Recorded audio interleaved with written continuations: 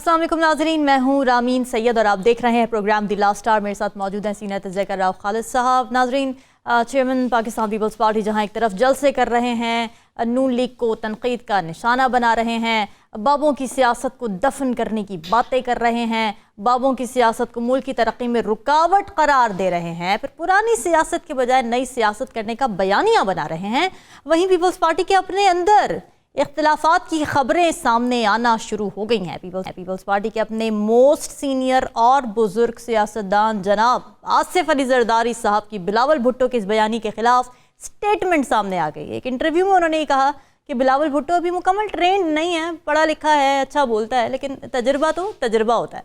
साथ ही उन्होंने एक रियलिटी चेक भी दे दिया। उन्होंने कहा कि बिलावल 3P वाली पार्टी के चेयरमैन हैं और वो खुद यानी आसिफ अली जरदारी साहब 4P वाली जमात के सरबराह हैं।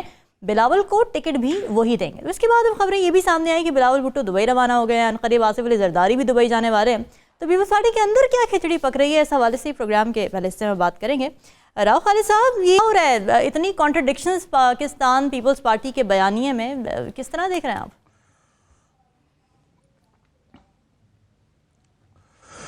देखिए, ये बड़ी पुरानी लड़ाई है, खुलनी अब शुरू हुई है। अच्छा। और ये जो मैं समझता हूँ कि जो बिलावल साहब हैं, मेरा ख्याल है उनको इदराक तो काफ़ी पहले से हो गया था कि बरगद के नीचे दरख्त, छोटा दरख्त नहीं उग सकता। तो वो काफ़ी अरसे से बरगद से बाहर होकर उगने की कोशिश कर रहे हैं, अपने परपुर्जे निकालने की कोशिश कर रहे हैं।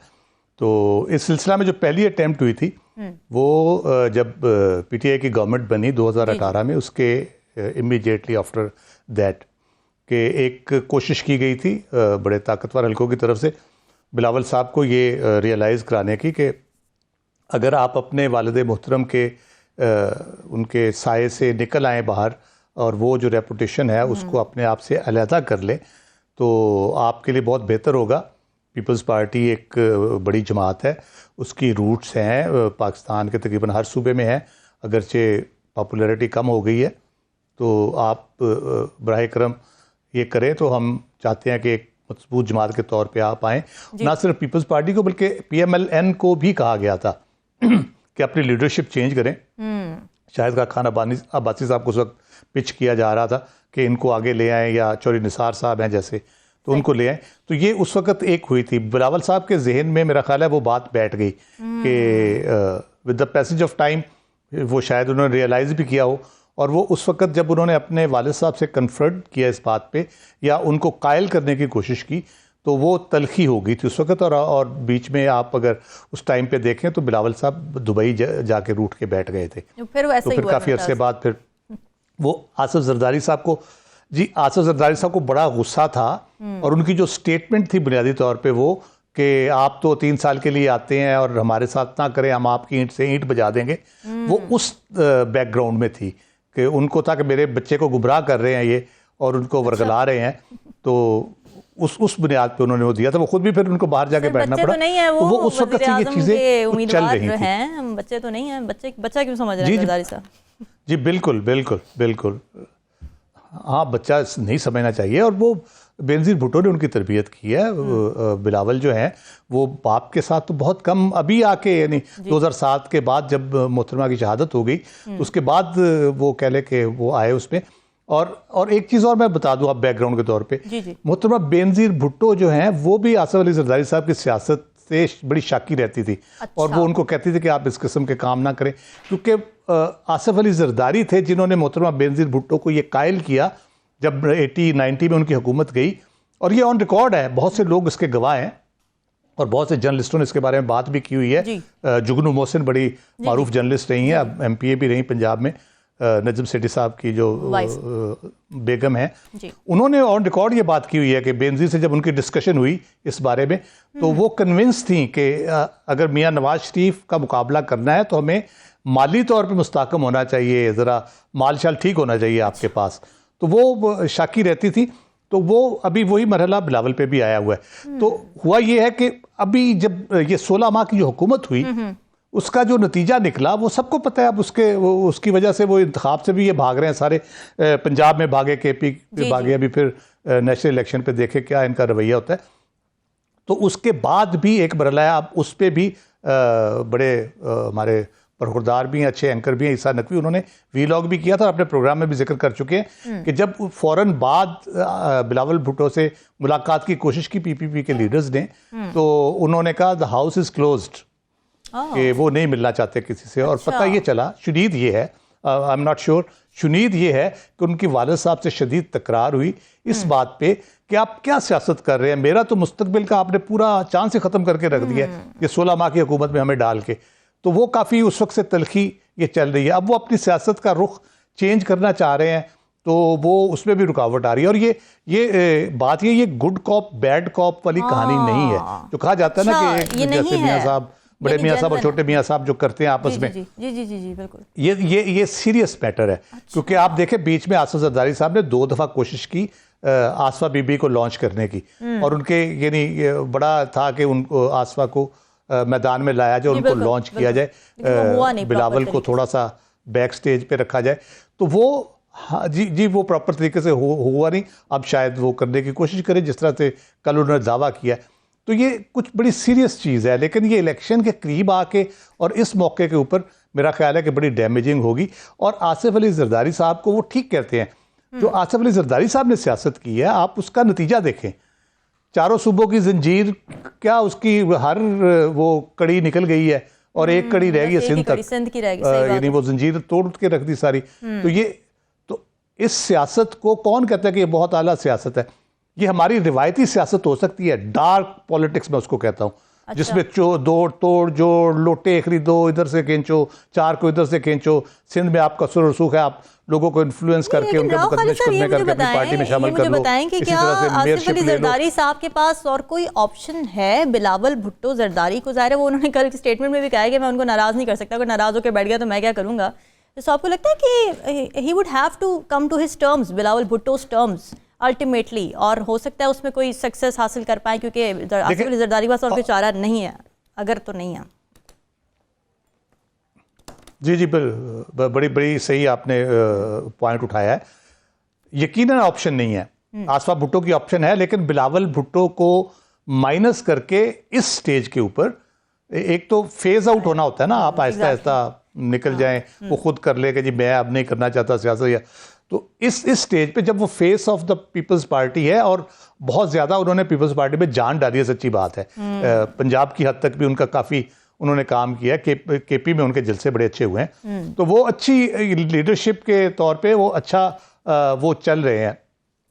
लेकिन मसला ये कि अब चले गए, आसिफ जरदारी भी दुबई चले गए, जो भी अभी की खबर है शाम की, कि वो भी पहुंच गए वहाँ पे। तो मेरा ख्याल है दोनों बाप बेटा बैठ के, और कुछ साथ लोग जाहिर है फैमिली के लोग भी होंगे, वो भी बैठेंगे। उनकी खाला हैं बिलावल भुट्टो की, सनम भुट्टो हैं, फिर उनकी फुफ्फो हैं फरियाल तालपुर जैसे बहनें हैं। तो वो मेरा ख्याल है बैठेंगे तो बात करेंगे उनसे और कायल करने की कोशिश करेंगे। लेकिन आसिफ जरदारी साहब को भी रियलाइज करना चाहिए कि ये सियासत जो है ये इस तरह से नहीं चल सकती। ना रवायती सियासत चल सकती है, ना रवायती तरीके से अब हुकूमत चल सकती है पाकिस्तान में, जो हमारे हालात जिस तरह के हो गए हैं। तो इसलिए उनको आउट ऑफ बॉक्स बहुत सी चीज़ें जो है ना वो उसके सोचने की ज़रूरत है। तो अभी ऊपर से चैलेंज नया आ गया उनके लिए। जी आप कर लें चैलेंज, फिर करते हैं बात। जी क्या चैलेंज है? चैलेंज ये जो भी जिहाद अकबर आज ऐलान कर दिया 4-5 पार्टीज ने, वहां से पीपल्स पार्टी की करप्शन के खिलाफ और सिंध सिस्टम के खिलाफ, ANP और वो एन लीग, MQM और अपना जो GDA है जी, वो आज उनकी मीटिंग्स हुई हैं। पता नहीं वो अलायंस किस हद तक कामयाब होता है, बनता है, नहीं चलता, आगे चलता है। लेकिन वो उनका अलायंस जो है वो बड़ा सीरियस फिर मसला हो जाएगा। मुझे तो पर्सनली लगता है कि सिंध से जो आसिफ जरदारी साहब जो बुनियादी तौर पे बात करने की कोशिश कर रहे हैं, जो बिलावल को समझाने की कोशिश कर रहे हैं कि हमें जो नॉर्मल जिस तरह मियां नवाज शरीफ साहब जिस साइड पे चल रहे हैं हमें भी उसी तरह चलना चाहिए, क्योंकि सिंध भी वरना हाथ से निकल जाएगा। जो चैलेंजेस आगे नजर आ रहे हैं, तो वो सिंध को नहीं खोना चाहते किसी सूरत भी। बिलावल की प्राइम मिनिस्टरशिप के लिए, बिलावल की सियासत के लिए वो सिंध को नहीं खोना चाहते। अगर सिंध को भी खो देंगे और सेंटर में भी अच्छी पोजीशन में नहीं आएंगे या पोजीशन में बैठना पड़ेगा, इसका मतलब तो उनके है लिए बड़े मसाइल हो जाएंगे आगे आसिफ अली चल के जरदारी दोबारा साहब को हुकूमत लेना। अभी ये तो एश्योरेंसेस नहीं है ना कि वफाक में बनने जा रही पीपल्स पार्टी की हुकूमत, वरना शायद वो बिलावल की बातें सुन भी लेते, उस पर कॉमेंट भी ना करते। तो अभी क्योंकि वहाँ वो वाली नहीं है, उनको नहीं यकीन दहानियाँ हैं, तो इसलिए वो सिंध को बचाने की एक अटेम्प्ट कर रहे हैं बिलावल के खिलाफ एक बयान देके। ये सही बात है? नहीं, बिलावल के खिलाफ बयान दे के नहीं कर रहे, मेरा ख्याल है उनकी आपस में डायरेक्ट कम्युनिकेशन का इशू है, इसलिए वो इंटरव्यू में बयान दे के उनको कन्वे कर रहे हैं। वो ट्विटर पे अपनी तस्वीर चेंज करके उनको कन्वे कर रहे हैं, तो वो मैसेजिंग जो हो रही है वो कम्युनिकेशन गैप है उनके बराह रास्त कम्युनिकेशन में कोई प्रॉब्लम्स आ रही हैं उनकी, जिसकी वजह से ये इस किस्म की बात हुई, वरना ये पब्लिक में करने वाली बातें नहीं है। दूसरा, ना तजर्बाकारी की उन्होंने बात की, वो इस हद तक दुरुस्त है कि सियासत में वो नौवारिद कहे जा सकते हैं या नए कहे जा सकते हैं। घर में तो सियासत देखी है उन्होंने और सारा अपने सामने बहुत कुछ होते देखा है, लेकिन वाकई पाकिस्तान की सियासत जिस किस्म की है उसके अंदर जो दाव पेच होते हैं और जो रिवायती सियासत, जो डार्क पॉलिटिक्स जिसको मैं कहता हूँ, तो वो उसके तो वो माहिर नहीं है यकीनन बिलावल साहब। उस हद तक ठीक है, लेकिन अगर कोई ये प्रिज्यूम कर रहा है कि जरदारी साहब ये कह रहे हैं कि वो प्राइम मिनिस्टर के तजर्बा नहीं उनको, या प्राइम मिनिस्टर, तो कौन से यहाँ पे यानी 3 दफ़ा प्राइम मिनिस्टर बनने के बाद तो थोड़ा होता है, या किसी एकेडमी में प्राइम मिनिस्टर थोड़े बनते हैं। ये तो आप जब सीट पे बैठते फिर ही बनते ना। इमरान खान साहब पहली दफ़ा बने, किसी वक्त नवाज शरीफ भी पहली दफ़ा बने थे, शहबाज शरीफ भी पहली दफ़ा बने थे, फिर बाकी जो अभी काकड़ साहब हमारे अनवारुल्लाह काकड़ साहब, जी जी, ठीक है, ये इनका तो चीफ मिनिस्टर ने कुछ छोटे मोटे एडवाइजर शायद रहे हों, वो भी तो प्राइम मिनिस्टर बने हैं ना। सही बात है। तो वो इस तरह थोड़ा होता है कि अकेडमी से आप पढ़ेंगे तो फिर उसके बाद प्राइम मिनिस्टरशिप की ट्रेनिंग लेंगे फिर आएंगे। आप जब सीट पे बैठते हैं, जाहिर है पूरा एक स्ट्रक्चर होता है, फेडरल गवर्नमेंट का होता है, उसकी मशीनरी होती है, जो सारा आप बैठ के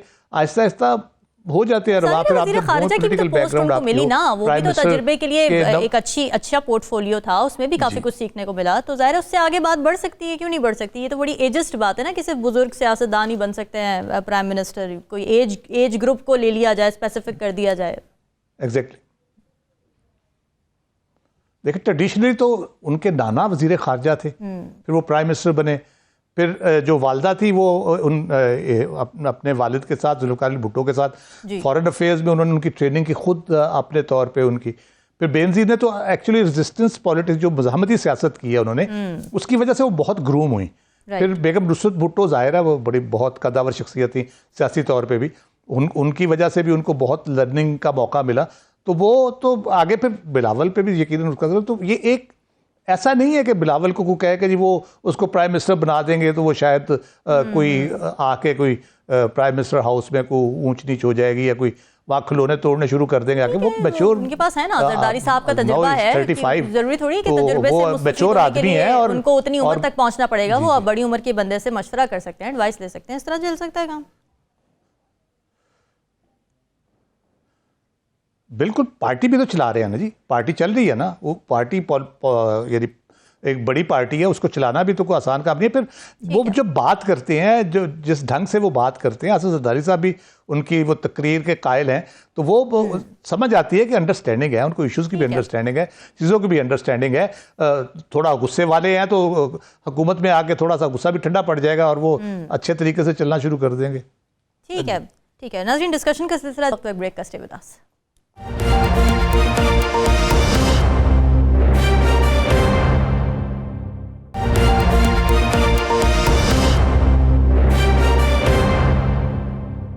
वेलकम बैक नाज़रीन। ब्रेक पर जाने से पहले बात हो रही थी पीपल्स पार्टी के जो अंदरूनी इख्तिलाफात इस वक्त खबरों की जीनत बने हुए हैं। एक तरफ बिलावल भुट्टो जरदारी बाबू की सियासत को कंडेम कर रहे हैं, तो दूसरी जानिब आसिफ अली जरदारी बिलावल भुट्टो को ना तजर्बेकार कह रहे हैं, अंडर ट्रेनिंग कह रहे हैं। इसी हवाले से बात कर लेते हैं, हमें ज्वाइन करें रहनुमा पीपल्स पार्टी शर्मिला फारूक साहिबा ने। शर्मिला साहिबा, बहुत शुक्रिया आपके वक्त का। थोड़ी क्लैरिटी अगर हमें मिल जाए इस हवाले से कि पीपल्स पार्टी का ऑफिशियल बयानिया है क्या, बुजुर्गों की सियासत के खिलाफ हैं आप या हक में हैं? देखिए जी, पीपल्स पार्टी का ऑफिशियल बयानिया ये है कि हमें फ्री एंड फेयर इलेक्शन चाहिए, ठीक है, हमें लेवल प्लेइंग फील्ड चाहिए। हमारी लड़ाई किसी से नहीं है, हम इलेक्शन लड़ने जा रहे हैं और हमारी लड़ाई है गुर्बत से, बेरोजगारी से और महंगाई से। इस वक्त ये मुतहम्मिल ही नहीं है कि हम जारहाना सियासत करें, नफरत की सियासत करें। वो सियासत करें जो पिछले 70 साल से इस मुल्क में राइज है।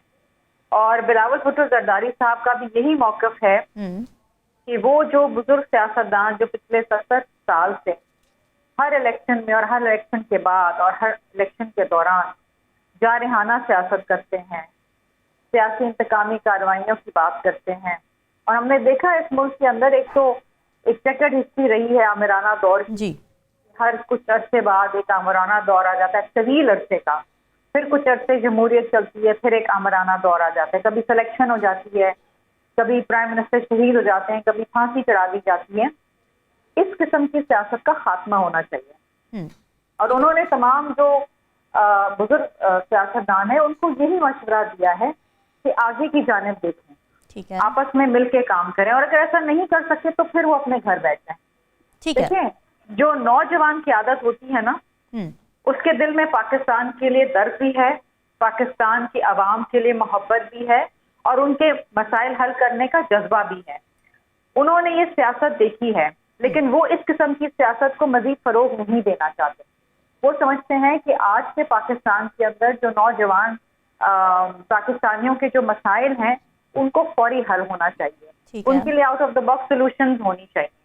इसलिए वो समझते हैं कि तमाम लोगों को साथ लेके चलें, एक अमन व अमान कायम करें, सियासी इस्तेहकाम लाएं, माशी बहरान से निकालें। और यही मशवरा मैं समझती हूँ यहाँ पर मैं भी यही मशवरा देंगे। अगर हम आज बैठ के बात करते हो, पाकिस्तान के मसाइल देखते हैं, तो हम भी ये कहेंगे कि आपस के झगड़े छोड़ दो, साथ मिलके चलो, उस मुल्क के लिए कोई काम करो। ठीक है शर्मिला साहब, ये तो चले हमने बिलावल भुट्टो साहब की बात करी ना कि वो क्या कहना चाह रहे हैं, बिल्कुल ठीक है, ये समझ आती है। लेकिन आसिफ अली जरदारी साहब की जो स्टेटमेंट्स आई है इंटरव्यू में, उसको हम कैसे रीड करें? वो ये कह रहे हैं कि तजर्बेकार नहीं हैं बिलावल भुट्टो जरदारी साहब। अब अगर वो तजर्बेकार नहीं हैं तो फिर वो पीपल्स पार्टी की तरफ से वज़ीर आज़म के कैंडिडेट कैसे मानेगी आवाम, या पीपल्स पार्टी के जो सपोर्टर्स हैं वो कैसे फिर उनको कहें कि हाँ जी वो ठीक हैं, वो अहल हैं पीएमशिप के लिए? देखिए जी, तजुर्बा हासिल करना ये एक लाइफ लॉन्ग प्रोसेस है। किसी उम्र में भी पहुंच के आप ये नहीं कह सकते कि जी अब मेरे लिए और तजुर्बा हासिल करना मुमकिन नहीं है, मैं सब कुछ सीख चुका हूँ। सही है, हम सीखते हैं। आप यहाँ जिस मनसब के ऊपर बैठी हैं, प्रोग्राम कर रही हैं और गेस्ट से बात कर रही हैं, आप ये नहीं कह सकती हैं आज से 10 साल बाद जिसमें सब कुछ सीख गई, मुझसे बेहतर कोई नहीं है। Life long process. और आसिफ अली जरदारी साहब ने भी कहा कि मैं भी सीख रहा हूँ, मैंने भी गलतियाँ की, और इंसान सीखता है, बेहतर से बेहतर करने की कोशिश करता है। बिलावल भुट्टो जरदारी साहब ने जो 16 माह की बहुत ही कम अरसे के अंदर मुल्क के सबसे कम उम्र वजीर खारजा का जो मनसब संभाला और जो काम किया, वो मिसाली काम है। आप ये देखिए कि ना सिर्फ उन्होंने दोबारा पाकिस्तान को ग्लोबल मैप के ऊपर बैठा दिया, बल्कि जो क्लाइमेट फंड का इनेकाद हुआ वो ना सिर्फ पाकिस्तान के लिए बहुत बड़ी कामयाबी थी, बल्कि तमाम ममालिक के लिए कामयाबी थी जो माहौलियात की तब्दीली के मनफी असरात से मुतासिर रहे हैं। बिल्कुल सही है। तो ये एक ट्रेलर था, youngest foreign minister of Pakistan. तो जाहिर बात है कि उनके पास वो एनर्जी है, उनके पास वो सोच है, वो जज्बा है, वो डिटर्मिनेशन है। और फिर वो शहीद मोहतरमा बेनज़ीर भुट्टो साहिबा के साहबजादे हैं, उनके साथ उन्होंने सबसे ज़्यादा वक्त गुजारा है, जब वो जिला वतनी में भी रही, जब वो पाकिस्तान में भी रही। तो उनमें वही एक कंपैशन, वही एक मुल्क और कौम और लोगों के लिए वो मोहब्बत है, वो जज्बा है जो इस मुल्क को जिसकी ज़रूरत है। जी ठीक है। राव खालिद साहब भी हमारे साथ मौजूद है सीनियर तज्ज़िया। राव खालिद साहब, आप सवाल करना चाहें शर्मिला मैडम से? जी जी जी शर्मिला साहब, थैंक यू वेरी मच। बात यह है कि बात दुरुस्त है आपकी, मैं भी आलमोस्ट यही आर्गूमेंट कर रहा था कि तजर्बे की बात नहीं है। ज़ाहिर है हुकूमत का तजर्बा होना और सियासत का तजर्बा होना एक तो दो मुख्तलिफ चीज़ें हैं। सियासत में तो आपको सदियाँ डिकेड्स गुजर जाते हैं, फिर जाके आप सीखते हैं। लेकिन जो पब्लिक अटरेंस है जरदारी साहब की, आपने समझी स्टेज पे जब इलेक्शन सर पे हैं और बिलावल साहब तकरीबन एक इलेक्शन वो मुहिम में निकले हुए हैं और मोड में हैं इंतखाबी मुहिम के, तो इस स्टेज के ऊपर इस किस्म की बात हो जाना, जाने अनजाने में उनकी इंटेंशन नहीं होगी, यकीनन वो तजर्बे से यही कह रहे होंगे कि सियासत के तजर्बे की बात हो रही होगी। तो इस स्टेज पे पार्टी के लिए ये कोई मुनासिब आप समझती हैं कि ये घर में बैठ के भी ये बातें हो सकती हैं, ये तजर्बे की भी और बाकी पार्टी की टिकटों की तकसीम की भी? जी देखिए, जमहूरी पार्टी है ना, आसिफ अली जरदारी साहब का एक इंटरव्यू था, उनसे जो सवाल पूछे गए उन्होंने बड़े सच्चाई के साथ उनके जवाबात दिए। बिलावल भुट्टो साहब जब तकरीर करते हैं या जब जलसे से खिताब करते हैं तो वो दिल की बात करते हैं। हमारी पार्टी में कोई कैमोफ्लेज नहीं होता, कोई ढकी छुपी बात नहीं होती। पार्टी पॉलिसी से अगर किसी पार्टी के रहनुमा का इख्तलाफ होता है तो वो बात कर देता है। आपने रज़ा रब्बानी को नहीं सुना, एतजाज़ एहसन को नहीं सुना, और कई ऐसे इंस्टेंसेस हैं कि जहां पर पार्टी के वेटरन्स ने पार्टी की पॉलिसी या पार्टी के किसी फैसले के ऊपर अपनी राय, इख्तलाफ राय का इजहार किया है। पार्टी उस पर डिबेट करती है, पार्टी उसके ऊपर डिस्कशन करती है, सेंट्रल एग्जीक्यूटिव कमेटी के अंदर उस पर बात होती है, फिर एक फैसले पे आते हैं। This what democracy is. जब आप जमहूरियत की बात करते हैं मुल्क में तो पहले अपनी जमात के अंदर तो डेमोक्रेसी है। अभी वन मैन शो तो नहीं है ना जहाँ इमरान खान है। और जहां तक एक्सपीरियंस की बात रही तो इमरान खान ने इस मुल्क का क्या किया 70 साल की उम्र में। और आपको याद होगा उनके इंटरव्यू में उन्होंने कहा कि जी हम तो ये सीख रहे थे, हमें तो पहली बार हुकूमत मिली है। तो अगर वो भी तजुर्बा कर रहे थे इस उम्र के अंदर तो हम तो तजुर्बेकार हैं, हमने तो देखी है। हम तो ये तो बिलावल भुट्टो जरदारी साहब तो वो शख्सियत है जिनके नाना वजीर आजम थे, जिनके वालिद साहब सदर थे, जिनकी वालदा वजीर आजम थी, जिनके पूरे घर ने कुर्बानियां दी हैं। ये तो मुल्क की खिदमत करने पे इस मुल्क के अंदर आपको या तो जेल में डाल दिया जाता है या आपको फांसी चढ़ा दिया जाता है या आपको कत्ल कर दिया जाता है। ये तो इतना, ये एक ऐसा मनसब है, उसके ऊपर बैठना भी एक बहुत बहादुरी का काम है। ये कोई आम आदमी नहीं बैठ सकता।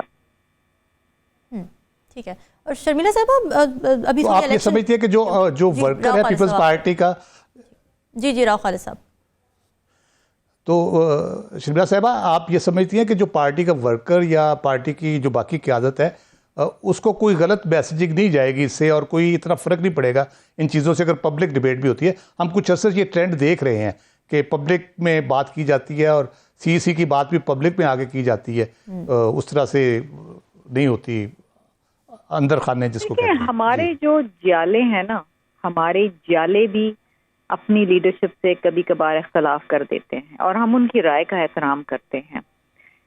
हमने बड़ी कुर्बानियाँ दी, हमारे जियालों ने बड़ी कुर्बानियाँ दी, हमारे कारकुनान ने बड़ी कुर्बानियाँ दी हैं।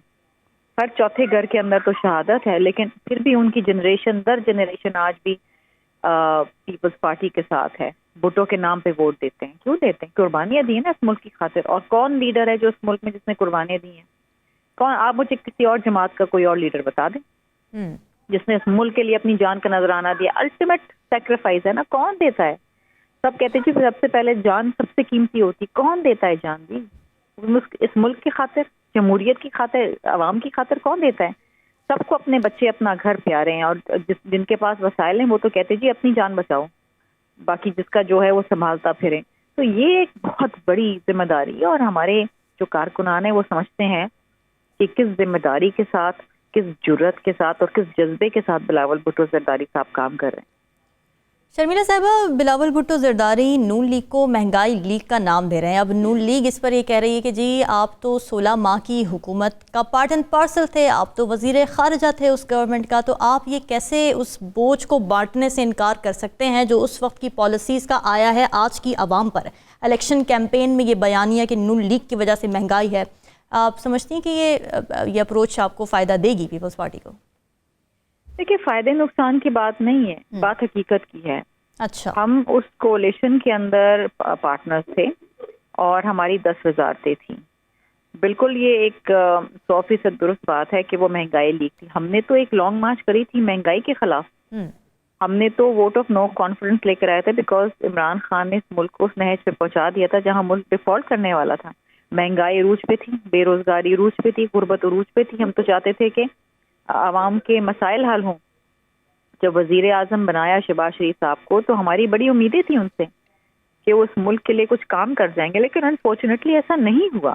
ये नहीं साबित, ये हमारा फैसला गलत साबित हुआ और हम उस काबीना का बिल्कुल हिस्सा थे, लेकिन 10 मेंबरान और उसके बरक्स बाकी 25 मेंबरान और फिर वजीर आजम। अल्टीमेटली द डिसीजन जो है वो प्राइम मिनिस्टर और मेजोरिटी का होता है। और वो हुआ, बहुत सारी पॉलिसी से हमें इख्तलाफ था, लेकिन उस वक्त ऐसे हालात थे कि सबको मालूम था कि 15-16 महीने की हुकूमत है, उसमें भी अगर हम झगड़ा करके हुकूमत से अलग हो जाते तो आज शायद मुल्क डिफॉल्ट कर जाता। आज जो डॉलर 300 का आप देख लें वो 600 का होता, क्या हाल होता है इस मुल्क का। तो शायद उसकी खातिर और इन द नेशनल इंटरेस्ट हमने बहुत सारी चीज़ों के ऊपर जब्त किया, क्योंकि हमें मालूम था कि चलें ये भी कुछ 15-16 महीने की बात है, आगे इलेक्शंस हैं, इंशाल्लाह देखेंगे इलेक्शन में कौन जमात आती है, क्या हुकूमत बनती है, 5 साल के लिए जो हुकूमत आएगी वो कुछ काम कर सकेगी। अच्छा, ये बताइए शर्मिला साहिबा कि नून लीग तो ज़ाहिर सियासी इत्तेहाद कर रही है, सिंध के अंदर भी MQM की बात की जाए या GDA की बात की जाए, लेकिन पीपल्स पार्टी इस वक्त हमें कोई इत्तेहाद करती नज़र नहीं आ रही। एक तो ये कि PMLN की इस तरह की अलायंसेस का क्या सिंध में पीपल्स पार्टी को कोई नुकसान होता आप देख रही हैं? दूसरा ये कि क्या तहरीक इंसाफ से कोई इम्कानात हैं इत्तेहाद के? देखिए, सियासी इत्तेहाद बनाना this is part of the political process, right, लेकिन PMLN के को खातिर खा वोट नहीं है सिंध के अंदर, और अच्छा। MKM से इत्तेहाद बनाने का मकसद और मतलब यही है कि उनकी फेस सेविंग हो जाए सिंध के अंदर की जो इलेक्शन लड़ा था, वरना शायद यहाँ उनकी टिकटें लेने के लिए तैयार ना हो ना, हारने के लिए कौन इलेक्शन लड़ता है। MQM को अगेन उनसे कोई फायदा नहीं होगा सिंध की हद तक, क्योंकि वोट्स तो नहीं मिलेंगे। ठीक है, लेकिन अगर PMLN आइंदा हुकूमत बनाती है तो फिर वजारतों की बंदरबाट के अंदर इनका भी हिस्सा आ जाएगा। इसी तरीके से वो अपनी स्ट्रेंथ नहीं देख रहे बलूचिस्तान में, इसलिए वहाँ से इलेक्टेबल्स के साथ वो जाके इलेक्शन लड़ रहे हैं। तो जाहिर बात है वो ग्राउंड रियलिटीज देख के अपना काम कर रहे हैं। पीपल्स पार्टी अपनी स्ट्रेंथ के ऊपर इलेक्शन लड़ेगी। हमें लोगों के वोट पे एतमाद है। अगर इस मुल्क में आज़ाद, मुनसिफाना और शफाफ इलेक्शन हो गए तो पीपल्स पार्टी इलेक्शन जीत जाएगी। अच्छा, ठीक है, यानी कोई इत्तेहाद हम होता नहीं देखेंगे इस इलेक्शन में पीपल्स पार्टी की तरफ से, pre election alliance? Not at the moment. Okay, दूसरा ये कि पंजाब में क्या पोजीशन है पीपल्स पार्टी की? अभी तक एक भी जलसा नहीं किया। क्या आप लोग ये अज्यूम कर रहे हैं कि नून लीग के कदम तो ऑलरेडी मजबूत हैं पंजाब में, तो इसलिए क्या खुला मैदान दे रहे हैं आप नून लीग को? नहीं जी, अभी तो हमने सिंध में कोई सच जलसा शुरू नहीं किया। अभी तो हम सिर्फ कन्वेंशन कर रहे हैं, और हमारा एक जलसा अभी 30 तारीख को क्वेटा के अंदर है बलूचिस्तान में, हम शुरू करेंगे। उस दिन शेड्यूल आएगा इलेक्शन का, और उसके बाद हमारी पॉलिटिकल कैंपेन जो है वो किक ऑफ होगी। ठीक है, डेफिनेटली हम आवाम के पास जाएंगे, सिंध में भी जलसा करेंगे, पंजाब में भी करेंगे। KPK के अंदर हमारी बहुत अच्छी कन्वेंशंस और मीटिंग्स हो रही हैं। बिलावल भुट्टो जरदारी साहब मेरा ख्याल है इस वक्त वाहिद पॉलिटिकल लीडर हैं जो बहुत एक्टिव हैं। लेकिन वो अभी दुबई चले गए हैं। दुबई के जाने की क्या रीज़न है? और क्या आसिफ अली जरदारी साहब भी जा रहे हैं दुबई अभी, जबकि नून लीग इस वक्त सारी यहाँ पर मौजूद है पाकिस्तान में? दुबई उनका एक शेड्यूल विजिट था, एक निजी दौरा है, शेड्यूल विजिट था। वो KPK से उनको दुबई जाना था। वो मंडे ट्यूसडे तक पाकिस्तान आ जाएंगे। ठीक है, बहुत शुक्रिया। रहनुमा पीपल्स पार्टी शर्मिला फारूकी साहब हमारे साथ मौजूद थी। नाज़रीन, लेते हैं ब्रेक से वापस आते हैं।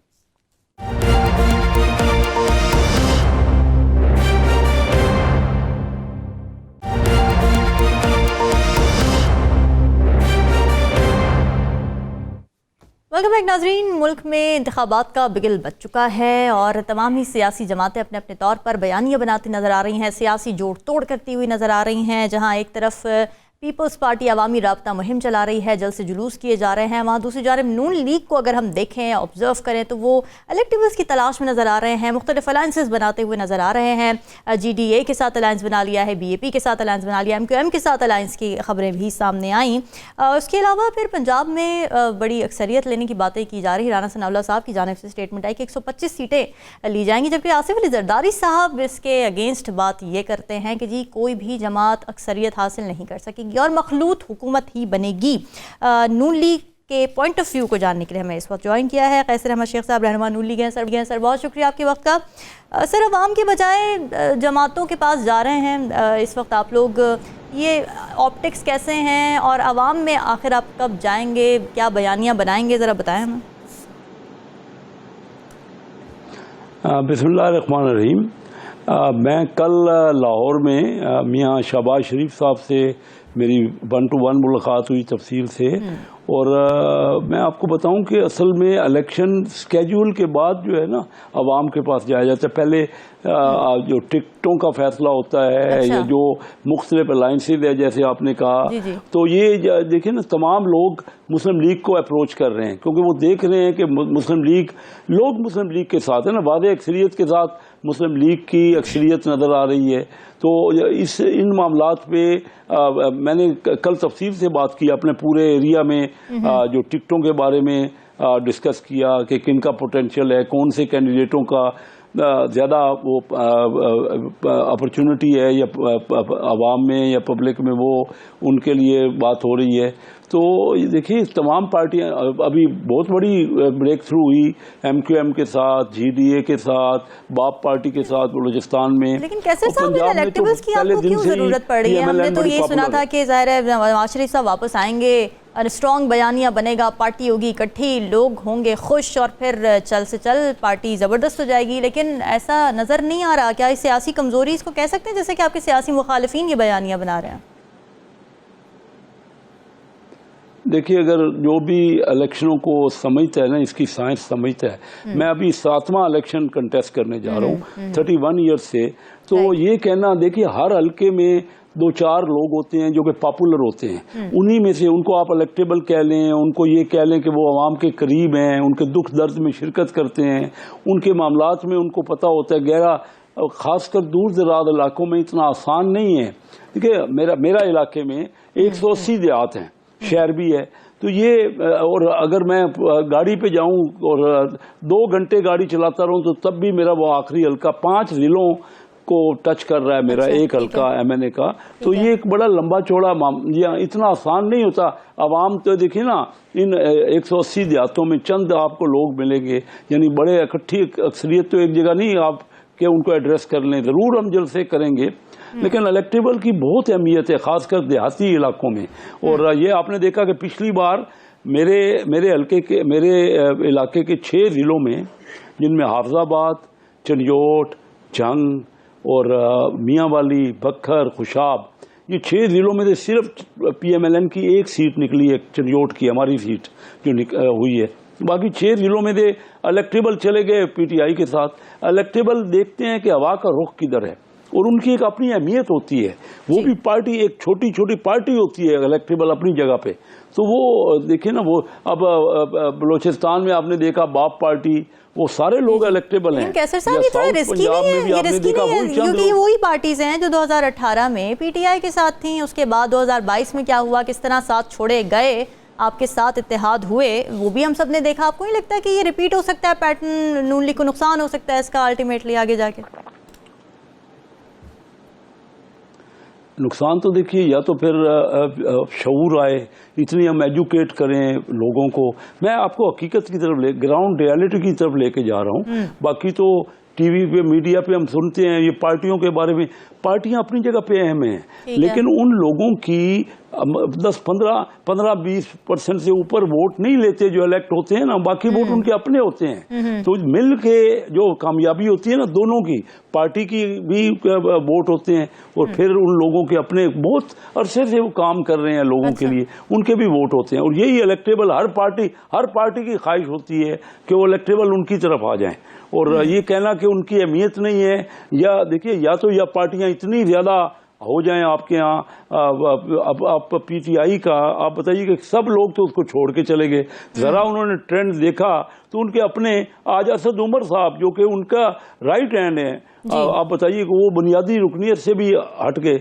अब आप किसने उनको कहा? अच्छा, अगर किसी, ये अक्सर कहा जाता है कि जोर जबरदस्ती से हुआ है। अगर जोर जबरदस्ती से हुआ तो कम से कम पॉलिटिशियन का ये तो है, बता तो दे कि उसके साथ क्या जोर जबरदस्ती हुई है। अच्छा, अगर किया जाए, अगर वो पॉलिटिशियन इतनी बात भी नहीं बताना चाहता तो फिर वो पॉलिटिशियन क्या है? पॉलिटिशियन इतना तो बताए कि मेरे साथ वहाँ किसी ने प्रेशर डाला है। तो अगर वो भी पॉलिटिशियन नहीं बता सकता तो फिर उसको तो पॉलिटिक्स ज्वाइन नहीं करनी चाहिए। पॉलिटिक्स का तो ये लाजमी है कि प्रेशर भी पड़ते हैं और मुख्तलिफ लोगों की भी डिमांड्स होती हैं। तो ये सारी चीज़ें पॉलिटिक्स का हिस्सा हैं। अगर हम आपस में अलायंस कर रहे हैं तो ये हमारा ज़रूरत है इस वक्त। और हम समझते हैं कि क्योंकि कोई सिर्फ अक्सरियत कहे कि कोई एक पार्टी अपने बेसिस पे पूरी अक्सरियत ले लेगी, नहीं। मैं सिंध में PMLN की पोजीशन इतनी मजबूत नहीं है जितनी कि पीपल पार्टी की है। पंजाब में, सेंट्रल पंजाब में PMLN बहुत मजबूत है और उनकी हमेशा सीटें जिससे पिछले बार भी आपने देखा कि PTI को बहुत कोशिश की गई। मैंने आपको बताया कि तमाम लोग ही उनके पास चले गए, लेकिन उसके बावजूद सूबाई असम्बली की सीटें PMLN की ज़्यादा थी PTI से, फिर भी उनको हुकूमत दे दी गई। हालांकि हमारे पास ज़्यादा अक्सरियत थी पंजाब पिछले 2018 के इलेक्शन में। जी, सीनियर तज़किया राव खालिद साहब भी हमारे साथ मौजूद हैं। राव खालिद साहब, आप प्लीज़ सवाल कर सकते हैं कैसर साहब। जी शेख साहब अस्सलाम वालेकुम। मेरा सवाल ये है जी वालेकुम सलाम। कि जो इत्तेहाद वगैरह आप लोग बना रहे हैं दूसरे सूबों में शेख साहब आप कर रहे हैं, बलूचिस्तान में जैसे कर रहे हैं या सिंध में अलायंस की कोशिश कर रहे हैं, हम जब पंजाब के इलेक्शन को देखते 2018 के ख़ास तौर पे, उसमें तीसरी बड़ी जमात थी जिसने डेंट डाला था नून को। ख़ास तौर पे इलेक्शन पे एतराज़ात हैं, ठीक है, वो सिलेक्टेड या उसका किया जाता है, लेकिन फैक्चुअली जो डेंट डाला था वो एक मजहबी जमात ने डाला था जिसने तीसरी बड़े वोट हासिल किए थे पंजाब में। तो पंजाब में फिर अगर तहरीक इस्तेहकाम भी लड़ रही है, काफ भी लड़ रही है और वो मजहबी जमात भी लड़ रही है, PTI भी इलेक्शन लड़ रही है, तो आपका बड़ा इन्हिसार तो पंजाब के ऊपर है और सबसे ज़्यादा सीटें भी पंजाब में है। तो उसमें से मेजॉरिटी सीट्स लेना बग़ैर किसी अच्छे तगड़े इत्तेहाद के, मजहबी जमात के साथ हो, बाकी जमातों के साथ हो, तो वो आपको नहीं लगता कि ज़्यादा तवज्जो आपको पंजाब में अलायंस बनाने पे देनी चाहिए? हम पंजाब में हमारी पूरी तवज्जो है, और जिस तरह आपने खुद कहा कि सब जो है पंजाब में ही इलेक्शन लड़ें, कैंडिडेट जितने बढ़ जाएंगे ना, पाकिस्तान मुस्लिम लीग के अपने वोट हैं, वो परसेंटेज हर हल्के में अपनी अपनी है, लेकिन ये जितने ज़्यादा कैंडिडेट होंगे हमें तो फ़ायदा है, उनके आपस में डिवीजन होगी, वो तकसीम होंगे। और जो सिस्टम है पाकिस्तान के पार्लियामेंट्री निज़ाम का, वो ये नहीं है कि मेजॉरिटी वोट लेना है, उसमें तो जो उसने ज़्यादा वोट ले लिए, अगर 100 वोट हैं और बाकी पार्टियां आपस में डिवाइड करती हैं 60-65 वोट, तो हमारे 30-35 वोटों से भी हम जीत जाएंगे, दूसरों से हमें ज़्यादा वोट होंगे। तो जो पार्टी पॉपुलर होती है ना, उसको तो जितनी ज़्यादा पार्टियां इलेक्शन कंटेस्ट करेंगी उसी का फ़ायदा है इसमें, क्योंकि अगर कम आमने सामने इलेक्शन होगा फिर तो ये है। और पंजाब में हम पूरी तवज्जो कर रहे हैं। मेरी मुलाकात हुई मियां शहबाज शरीफ साहब से, तो मैंने उनको देखा कि पूरे हर हल्के पे पूरी तवज्जो है उनकी, और इलेक्टेबल भी और दूसरे जो पॉपुलर लोग हैं वो भी हमारी पार्टी को रजू कर रहे हैं। एक एक हल्के से 2-2, 3-3, 4-4 कैंडिडेट कोशिश कर रहे हैं कि वो PMLN का टिकट ले सकें। लेकिन शेख साहब अगर हम देखें पूरी सिनेरियो को, पूरी सिचुएशन को देखें, तो 2018 के इलेक्शन पे मैं इसलिए एम्फसिस कर रहा था, जो मजहबी वोट कटा वो आपका कटा था सारा, क्योंकि आपके पार्टी के लिए मजहबी वोट काफ़ी पड़ता था फेवर में। तो इस दफ़ा भी अगर वो कटता है तो नुकसान तो आपको नहीं होगा ज़्यादा उसका? नहीं, वो तो पहले भी कटा, नुकसान तो उस वक़्त हुआ, बिल्कुल हुआ, लेकिन उसके बावजूद पंजाब में सबसे ज़्यादा सीटें हमने ली।